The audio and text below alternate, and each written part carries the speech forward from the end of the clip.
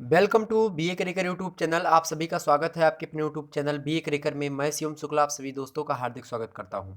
दोस्तों, आज के वीडियो में हम बात करेंगे मैथिली शरण की कविता जिसका नाम है बेदने तू भी भली बनी। यह कविता शामिल है आपके पाठ्यक्रम में, तो इसकी व्याख्या देखेंगे। व्याख्या के साथ साथ संदर्भ, प्रसंग एवं विशेष इस कविता में क्या क्या चीज़ें हैं उनको देखेंगे। यह कविता साकेत का एक खंड है, साकेत के एक सर्ग में आती है, ये बात ध्यान रखेंगे। बेदने तू भी भली बनी हो गई, चाहे इनकी दोनों दोनों ओर प्रेम पलता है, और उसके बाद में परसों घन परसों। ओके, तो ये तीन कविताएं और बची हैं। बाकी हमने मातृभूमि पर और मेरी कुटिया में राजभवन मन भाया पर वीडियो बना लिया है। लगभग 6 वीडियो व्याख्या खंड से अपलोडेड हैं। ये उसकी 7वीं वीडियो है। ओके, तो बेदने तू भी भली बनी कविता की व्याख्या आज की वीडियो में हम चर्चा करेंगे। इसकी कहानी क्या है एक बार समझ लीजिए। बेदने तू भी भली बनी ये उर्मिला और लक्ष्मण जी के बीच के प्रेम के बारे में कहा गया प्रसंग है। एक बार की बात है, मैथिली शरण गुप्त जी के पास गए कौन? महाराज महावीर प्रसाद द्विवेदी। और महावीर प्रसाद द्विवेदी जी के नाम पर द्विवेदी युग की शुरुआत हुई। द्विवेदी युग के एक सशक्त हस्ताक्षर कवि मैथिली शरण गुप्त भी रहे हैं और द्विवेदी जी स्वयं रहे। उन्हीं के नाम पर द्विवेदी युग की शुरुआत हुई 1900 ईस्वी से लेकर के 1920 ईस्वी तक। ओके, तब क्या हुआ, महावीर प्रसाद द्विवेदी जी ने इनसे कहा, मैथिली शरण गुप्त जी से, कि क्या आपको एक प्रेम दिखता है? तो उन्होंने कहा, क्या द्विवेदी जी क्या बात कर रहे हैं आप? तो उन्होंने कहा कि आप जो है उर्मिला पर और लक्ष्मण जी के प्रेम के बीच के जो तारतम्यता है उसके बारे में थोड़ा जो है स्पष्ट कीजिए। तो मैथिली शरण गुप्त उसी समय से फिर क्या हुए, और उसी समय से इन्होंने किस पर लिखना प्रारंभ करा? तो उर्मिला जी पर इन्होंने लिखना प्रारंभ किया और उर्मिला के प्रेम को उजागर करते हुए सामने ला करके रखा। उर्मिला ने जो कष्ट सहा उस कष्ट को सामने रखा। ये जब दोनों ओर प्रेम पलता है देखेंगे, तो जहाँ एक ओर लक्ष्मण जी जंगल में जो है क्या कर रहे हैं, जहाँ एक ओर लक्ष्मण जी जंगल में कष्ट जो है कर रहे हैं, दिन रात जा करके जो है अपने भैया भाभी की सेवा कर रहे हैं, ठीक उसी प्रकार यहाँ पर उर्मिला जी जो हैं उनको लोग भूल जाते हैं, लेकिन उर्मिला जी 3 सासू माताओं की सेवा करती हैं, साथ ही साथ अपने पति से बिछड़ करके सबसे बड़ा कष्ट सहन कर रही हैं यहाँ पर। ठीक, तो दोनों ओर प्रेम पलता, मतलब लक्ष्मण जी तो प्रेम करते ही हैं। लक्ष्मण के त्याग को सभी लोग जानते हैं कि लक्ष्मण जी ने त्याग किया, लेकिन उर्मिला जी ने भी बहुत बड़ा त्याग किया था। दोनों ओर प्रेम पलता, कहने का आशय यह है। इसी में पतिंगा और किसके बारे में बताया गया है? तो पतिंगा और दिया, यानी दीपक जलता है, दीपक जलता है, लेकिन दीपक के जलने से क्या होता है? दीपक का जलना जो है वो उचित है, लेकिन पतिंगे का जलना अनुचित है। तो पतिंगा भी तो जलता है लेकिन वह प्रकाश नहीं करता, प्रकाश करता है लेकिन वह अनुचित है। लेकिन दीपक जो जलता है, दीपक तो सभी लोग जलाते हैं, ठीक, दिवाली के दिन भी जलाते हैं और भी अन्य पर्व पर जलाते हैं दीपक, दीपक डेली जलाते हैं। लेकिन दीपक का जलना सार्थक है और पतिंगे का जलना निरर्थक है, ऐसा समाज में माना जाता है। लेकिन मैथिली शरण गुप्त ने यहाँ पर यह दिखाया है कि पतिंगा भी तो एक प्रकार से जल ही रहा है, पतिंगा भी जलने का काम करता है, दीपक भी जलने का कार्य करता है। पतिंगा का जलना समाज की दृष्टि से स्वाभाविक नहीं है, लेकिन जो दीपक की दृष्टि से मतलब दीपक का जलना जो स्वाभाविक है वह समाज की दृष्टि से वो सही माना जाता है। ठीक, अब यहाँ पर लक्ष्मण जी का जो त्याग है वह तो सभी लोग सही मानते हैं, लेकिन जो उर्मिला जी का जो है त्याग है उसको कोई नहीं देखता है। तो इसी बात को मद्देनजर रखते हुए मैथिली शरण गुप्त ने इस प्रकार किया।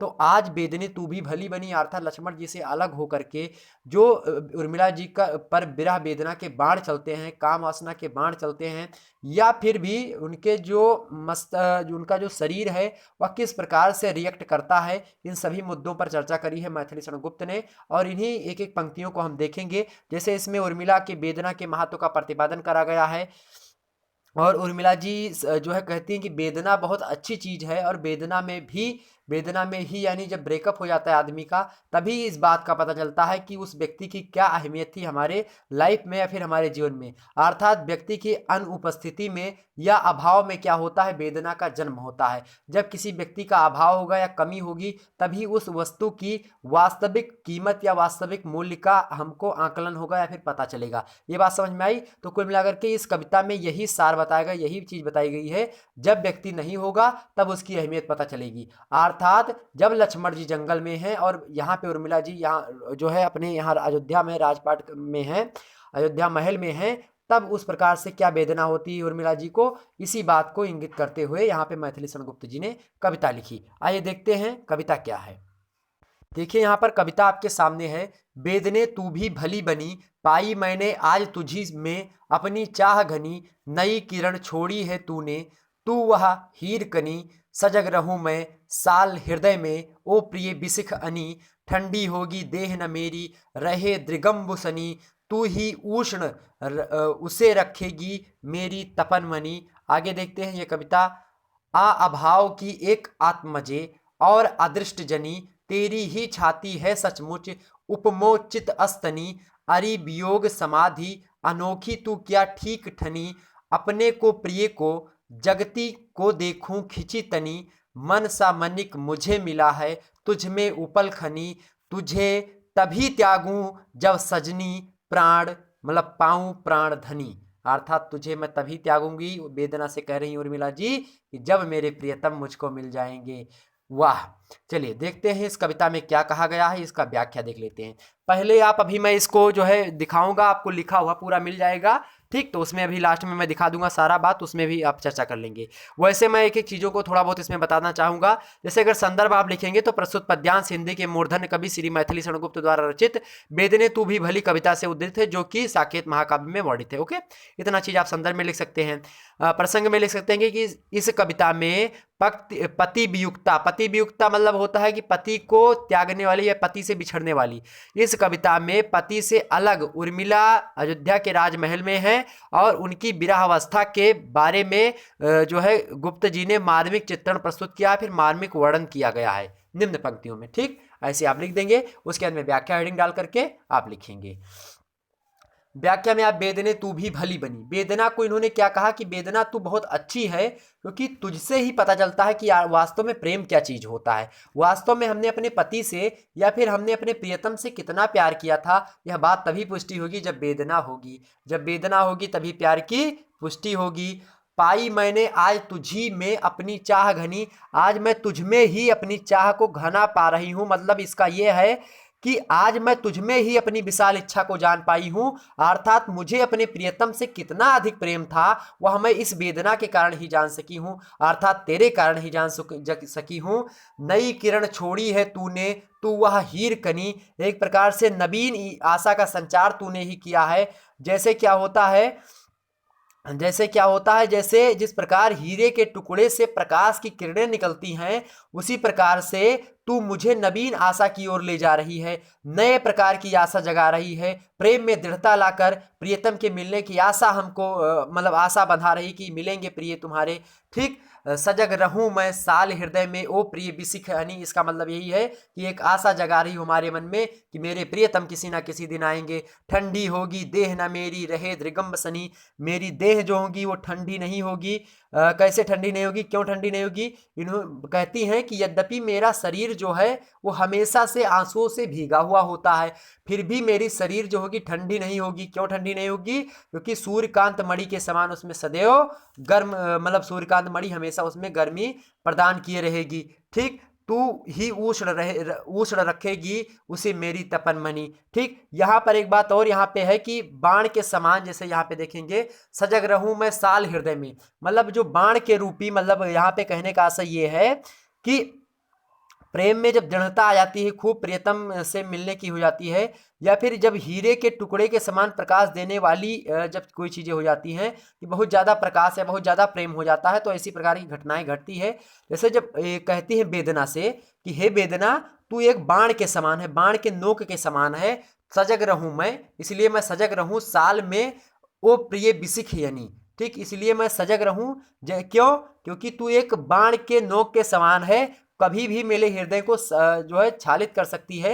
लेकिन तेरा मतलब तुझको मैं क्यों कह रही हूं अपना? क्योंकि तुझी से ही मेरे प्रियतम के मिलने की आशा जगी है, मतलब एक प्रकार से आशा का संचार किया तूने मेरे जीवन में, ठीक। आगे देखते हैं। आ अभाव की एक आत्मजे और अदृष्टि जनी, आत्मजे मतलब होता है पुत्री, यानी अभाव की पुत्री का नाम वेदना है। माता कौन है? तो आदर्शन माता है, और पिता कौन है? अभाव, अर्थात आदर्शन है। आदर्शन क्या है? यानी जब किसी चीज को आप नहीं देख पाते, जैसे मान लेते हैं जब उर्मिला जी लक्ष्मण जी को नहीं देख पाती हैं तो ना देखना क्या है, ना देखना माता है वेदना की। तो वेदने की इसमें बताया गया वेदना की माता आदर्शन, आदर्शन जो है वेदना की माता है और अभाव क्या है, उसकी उसका पिता है वेदना का। तो वेदना मतलब वेदना का पिता कौन है, अभाव है, वेदना की माता आदर्शन है। अर्थात जब किसी वस्तु को आप नहीं देखते हैं तो वह उसका ना देखना ही क्या है, पिता है उस वस्तु का, यानी जो आपके मन में वेदना चल रही है। साथ ही साथ यानी जो आप जो है आपके मन में जो दुख है, तो उस दुख का, उस वेदना का जो पिता है वो अभाव है, यानी कमी, अभाव मतलब कमी जो है वो पिता है और ना दिखाई देना वह माता है। ठीक, अर्थात आदर्शन और अभाव पति पत्नी है, जिसके कारण से एक पुत्री का जन्म होता है जिसका नाम है वेदना। ठीक, तो यहीं पर कहा गया कि हा अभाव की एक आत्मजे, आत्मजे मतलब होता है पुत्री, तो आत्मजे मतलब अभाव की पुत्री कौन है, आत्मजे। और अदृष्टि जनी, जनी मतलब होता है जननी, जननी जन्मभूमि सच्चा स्वर्गादपि गरीसी। अदृष्टि मतलब जब नहीं देख पाते किसी चीज को तो वही जननी मतलब माता है। तो यहाँ पर एक विशेष में आप पॉइंट करके लिख सकते हैं कि इस पंक्तियों में क्या बताया गया है, वेदना का जन्म प्रिय के विरह में होता है, अतः अभाव को वेदना का पिता यहाँ पे बताया गया है और प्रिय को आदर्शन मतलब प्रिय के आदर्शन को माता बताया गया है, अर्थात जननी बताया गया है। ठीक, ये बात इन पंक्तियों में कही गई है। अभाव की एक आत्मजे और अदृष्टि जनी, तेरी ही छाती है सचमुच उपमो चित्त अस्तनी। मतलब कहने का आशय है, इन्होंने कहा कि तेरी छाती, जैसे कि जब पुत्री होती है अपने छाती मतलब अपने जो है माता के छाती से लिपट जाती है, उसी प्रकार से जब किसी चीज का आदर्शन नहीं होता, मतलब किसी चीज को हम नहीं देखते हैं तो माता से कौन लपटेगी, वेदना। यानी जब आप किसी चीज को नहीं देखते हैं, अपने प्रियतम को नहीं देखते हैं, अर्थात उस समय वियोगा श्रृंगार की अवस्था चल रही होती है, तब क्या होता है जब आप किसी अपने प्रियतम को नहीं देख पाते हैं तो क्या, जब वेदना जो होती है वह आदर्शन के गले से यानी सीने से लग जाती है। अर्थात वेदना क्या है, वेदना आदर्शन की पुत्री है। जब आदर्शन की पुत्री है तो भैया माताएं, माताओं के जो है छाती से कौन चिपक जाता है, तो उसकी उनकी पुत्रियां चिपक जाती हैं, उनके पुत्र चिपक जाते हैं। तो यहाँ पे जो वेदना होती है जब किसी चीज की कमी, यानी जब किसी चीज को हम नहीं देख पाते तो उससे चिपक जाती है। इसी प्रकार से जब अभाव होता है तो सीने से चिपक जाती है, और जब कमी होती है तब, यानी जब दिखाई नहीं देती कोई वस्तु तब। ओके, तो तेरी ही छाती है सचमुच उपमो चित्त अस्तनी। ठीक, आगे देखते हैं, अरि वियोग समाधि अनोखी तू क्या ठीक ठनी।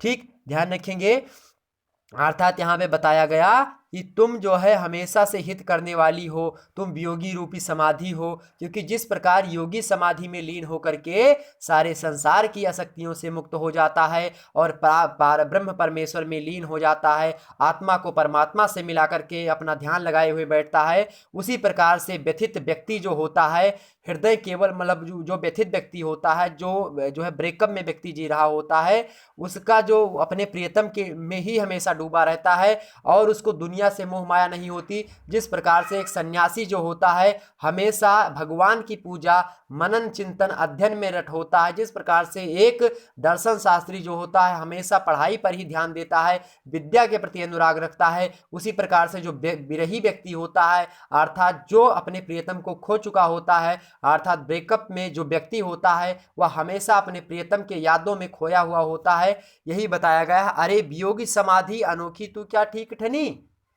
समझ में आई बात। आगे, अपने को प्रिय को जगती को देखूं खींच तनी, मतलब पूरे संसार में अपने ही प्रियतम वहां पे दिखाई पड़ते हैं, अर्थात तेरी महत्ता को ना समझकर तेरी निंदा करते हैं।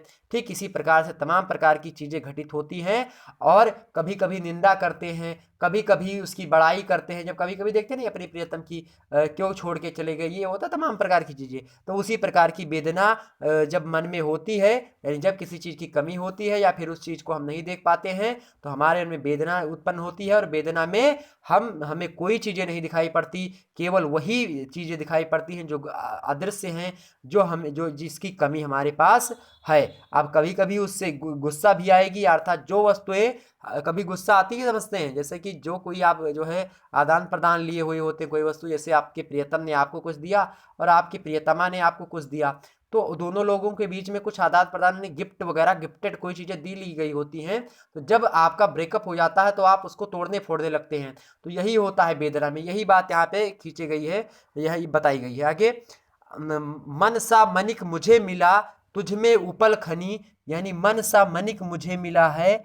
जैसे क्या होता है कि जब जो है एक जो हीरा होता है, कहते हैं जब पत्थर में, जैसे कि जब तमाम सारे पत्थर होते हैं, उन पत्थरों को जब काटते हैं तो हमको हीरा की खान मिलती है, हीरा मिलता है।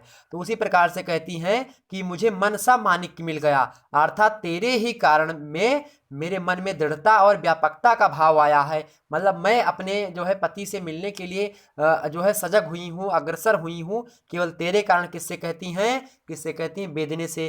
कहती हैं सजनी मैं तुझे तभी छोड़ूंगी जब मेरा प्रियतम मुझे मिलेगा। अब बेदना से प्यार हो गया है माता उर्मिला को, और माता उर्मिला बेदने से कहती हैं रे सजनी मैं तुम्हें तब छोड़ूंगी जब तू क्या करेगी, जब तू मेरे प्रियतम को मुझसे मिला देगी, अर्थात मेरे प्रियतम जब मुझसे मिल जाएंगे तब मैं तुझको छोड़ूंगी। तुझे तभी त्यागूं जब सजनी पाऊं प्राण धनी, यानी अर्थात मैं अपने प्राण अर्थात मेरे प्रियतम जब लौट आएंगे, जब मैं उनको देख लूंगी तब मैं तुम्हें छोड़ूंगी, तब मेरे विरह वेदना का अंत होगा। अर्थात दर्द दिल की दवा सिर्फ दिलदार है। कहने का मतलब ये समझ गए बात? तो दर्द दिल की दवा सिर्फ दिलदार है।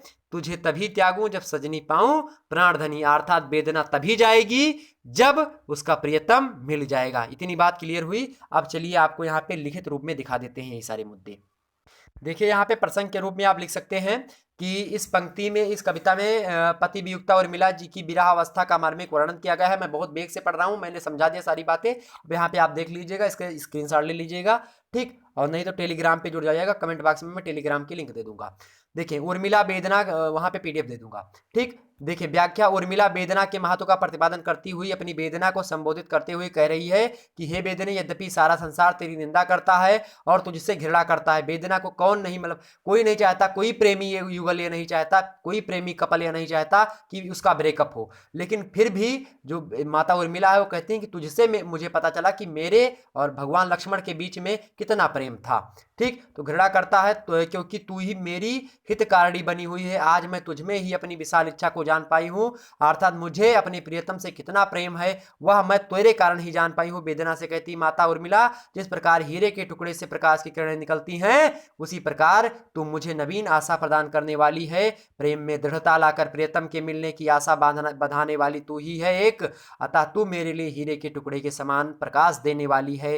तू बाण की नोक के समान मार्मार्तक होकर भी मुझे प्रिय लगने लगती है। यानी बाण जो होते हैं, बाण का जो अगला भाग होता है वो हमेशा हृदय को आधारित करता है, मतलब चुभता है कांटे की तरह, लेकिन तू वो होते हुए भी मुझे अत्यंत प्रिय है। अतः तू मेरे हृदय को निरंतर पीड़ित करती रहे, कोई दिक्कत नहीं, ताकि मैं प्रिय के प्रति अपने प्रेम में शिथिल ना हो पाऊं, अर्थात अपने प्रियतम को मैं भूल ना पाऊं। इसलिए जब वेदना होती है तो कोई भूल नहीं पाता अपने प्रियतम को। लोग सोचते हैं मैं उस व्यक्ति को छोड़ दूंगा तो वो व्यक्ति मुझे भूल जाएगा, लेकिन उसके अंदर विरह वेदना के बाण आएंगे और हमेशा वो बातें याद रखेंगे, ठीक। ये बात आप ध्यान रखेंगे, ताकि मैं प्रिय के प्रति अपने प्रेम में शिथिल ना हो पाऊं, अर्थात भूल ना पाऊं, बल्कि सदैव उनका ध्यान करती रहूं, चाहे वो जो है वेदना के कारण हो या फिर आप जो है जो संयोग अवस्था की बातें वो ध्यान रखूं। यद्यपि मेरा सदा शरीर जो है हमेशा आंसुओं से भीगा हुआ होता है, फिर भी ठंडा नहीं होगा, क्योंकि तू सूर्यकांत मणि के समान उसे सदैव गर्म करती रहती है। यहाँ पे आंसुओं से बात, यहाँ पे एक उदाहरण और विशेष में आप लिख सकते हैं कि सूरदास जी ने भी इस बात की पुष्टि की थी वहां पर, जो जब गोपियां श्री कृष्ण भगवान से नहीं मिल पा रही थी तो वहां पर लिखा कि जो है निस्दिन बरसत नयन हमारे, ठीक। और उसी आगे कहा गया कि कंचुक पट सूखत नहीं कबहू उर बिच बहत पनारे, ठीक। ध्यान रखें, कंचुक पट सूखत नहीं कबहू उर बिच बहत पनारे, यानी जो उपवस्त्र है, अर्थात जो ऊपर स्त्रियां वस्त्र पहनती हैं, जो है गले के नीचे के जो भाग होता है उसमें जो, यानी कि छाती के आसपास जो वस्त्र पहनती हैं स्त्रियां, यानी जिसको चोली कहा जाता है, तो वो हमेशा भीगा रहता था। वो सूरदास जी कहते हैं, सूरदास जी कहते हैं कि कंचुक पट, कंचुक मतलब होता है चोली, चोली हमेशा भीगी हुई रहती। क्यों? क्योंकि गोपियों की आंखों से इतने आंसू गिरते हैं कि जो है दोनों स्तनों के बीच से हमेशा धाराएं बहती रहती हैं। उर्बिच बहत पनारे, कंचुक पट सूखत नहीं कबहू उर्बिच बहत पनारे। तो यहाँ पर आप लिख सकते हैं कि सूरदास जी की निम्न पंक्तियां जो है लिख सकते हैं विशेष में, कि उसी प्रकार यहाँ पे दिखाई पड़ती हैं जैसे सूरदास जी की दिखाई पड़ रही थी कि कंचुक पट सूखत नहीं कबहू और बीच बहात पनारी, यहाँ पर आप दे सकते हैं बड़े आराम से। ओके, तो बनाए रखेंगी। भाव यह है कि वियोग व्यथा का गहन भार होते हुए भी तज्जन्य वेदना के कारण मैं वियोग की इसी लंबी अवधि में जीवित रहूंगी और अंत में प्रियतम का संयोग सुख प्राप्त करूंगी। हे वेदने, तू अभाव की इकलौती पुत्री और आदर्शन तुम्हारी माता है, अर्थात प्रिय के अभाव में उसे न देख सकने के कारण तेरा जन्म होता है। वास्तव में तेरी ही छाती स्तन के लिए उचित उपमा वाली है। भाव यह है कि जिस प्रकार माँ अपने वात्सल भाव के कारण अपने बच्चे का पालन पोषण करती है, उसी प्रकार तू भी जिसे अपनी छाती से लगा लेती हो उसका हित ही करती हो। तुम वियोग रूपी समाधि हो, क्योंकि जिस प्रकार योगी समाधि में लीन होकर के सारे संसार की आसक्तियों से मुक्त होकर के पारब्रह्म में लीन हो जाता है, ठीक उसी प्रकार से व्यक्ति जो होता है, जब व्यथित व्यक्ति जो होता है, यानी जो प्रेम में पीड़ा पाया हुआ व्यक्ति होता है, वह अपने प्रियतम के बारे में ही सोचता रहता है, उसी में डूबा रहता है, संसार की और सब बातों को वह भूल जाता है। तो विलक्षण गणों मतलब गुणों से युक्त और ठीक बनी हुई है, अर्थात लोग तेरी महत्ता को न समझकर तेरी निंदा करते हैं, वरना अपने स्थान पर ही तेरा ही महत्व है। मतलब वेदना का भी एक महत्व होता है, क्योंकि वेदना के कारण ही जो है वास्तविक प्रेम की आत्मा अनुभूति होती है। ठीक तेरे ही कारण मैं स्वयं को, प्रिय को और संसार को कभी आसक्ति से और कभी विरक्त भाव के देख सकने के लिए, मतलब भाव से ना देखूं, भाव से देखूं, कहने का तात्पर्य यह है कि बिरहड़ी जो है, बिरहड़ी को कभी तो स्वयं से, अपने प्रियतम से और संसार से अत्यंत लगाव का भाव होता है, और कभी कभी इन सभी से के प्रति अलगाव की भावना उत्पन्न होती है। इन विरोधी भावों का जन्म विरह वेदना के कारण ही होता है। हे पत्थर मतलब हीरे की खान, तुझ में ही मुझे मनसा मानिक मिला है, अर्थात तेरे ही कारण मेरे मन में दृढ़ता और व्यापकता का भाव आया है। हे सजनी, मैं तुझे तभी छोड़ूंगी जब मेरा प्रिय मुझे मिल जाएगा। भाव यह है कि प्रियतम के दर्शन होने पर ही विरह वेदना का क्या होगा, अंत होगा। विशेष के रूप में लिख सकते हैं, इन पंक्तियों में कवि ने वेदना के महत्व का प्रतिपादन करते हुए यह कहा माना जाता है कि संयोग सुख से मन की भावनाएं संकुचित रहती हैं और विरह वेदना में वे अत्यंत व्यापक बन जाती हैं। इसीलिए संयोग की अपेक्षा वियोग का अधिक महत्व स्वीकार किया गया है। वेदना का जन्म विरह के मतलब वेदना का जन्म प्रिय की विरह में होता है, अर्थात अभाव वेदना का पिता होता है और प्रिय के आदर्शन को जननी बताया गया है। ठीक, ये बात ध्यान रखेंगे। तो इतनी आपको बातें समझ में आ गई होगी। ठीक, अब इसके बाद मैं बात करूंगा दोनों ओर प्रेम पलता है, दोनों ओर प्रेम पलता की व्याख्या करूंगा, ठीक है, नेक्स्ट वीडियो में। तो अगले वीडियो देखने के लिए आप हमारे साथ बने रहेंगे। चैनल को सब्सक्राइब करिए इसी प्रकार से सभी कविताओं पर वीडियो देखने के लिए। ठीक, तो फिर मिलते हैं हम अगले वीडियो में, तब तक के लिए जय हिंद, जय भारत।